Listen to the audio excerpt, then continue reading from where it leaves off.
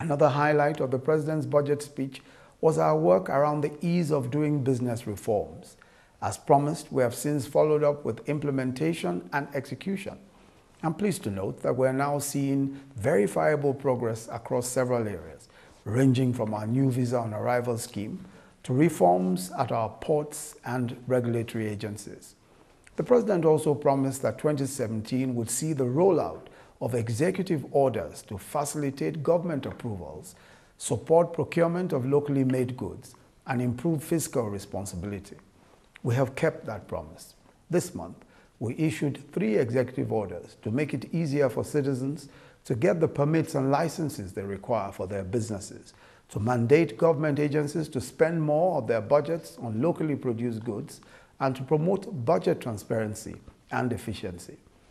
The overarching idea is to make the government agencies and government budgets work more efficiently for the people. The impact of our ease of doing business work is gradually being felt by businesses small and large.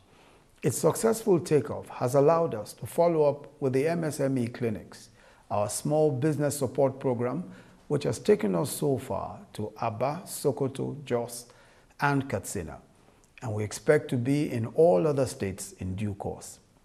Let me note at this point that several of our initiatives are targeted at our young people, who make up most of our population, from N-Power to the technology hubs being developed nationwide, to innovation competitions such as the Aso Villa Demo Day and our various MSME support schemes. We will do everything to nurture the immense innovativeness and entrepreneurial potentials of our young people. We are a nation of young people and will ensure that our policies and programs reflect this.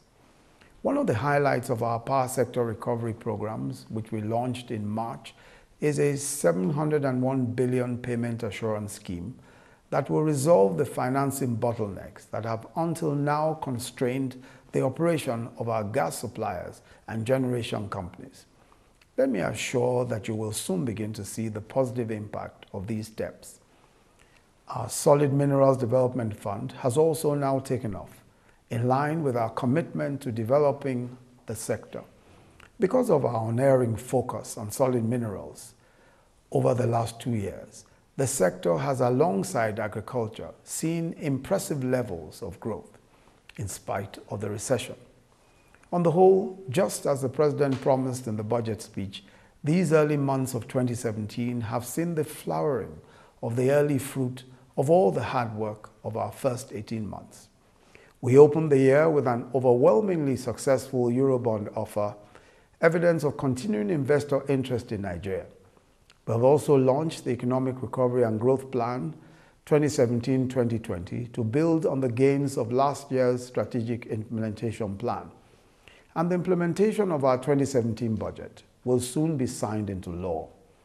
And this will bring added impetus to our ongoing economic recovery plans.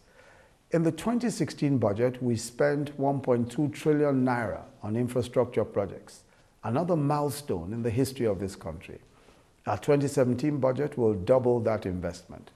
That budget also provides for substantial investments to implement the rollout of industrial parks and special economic zones, as well as our social housing program.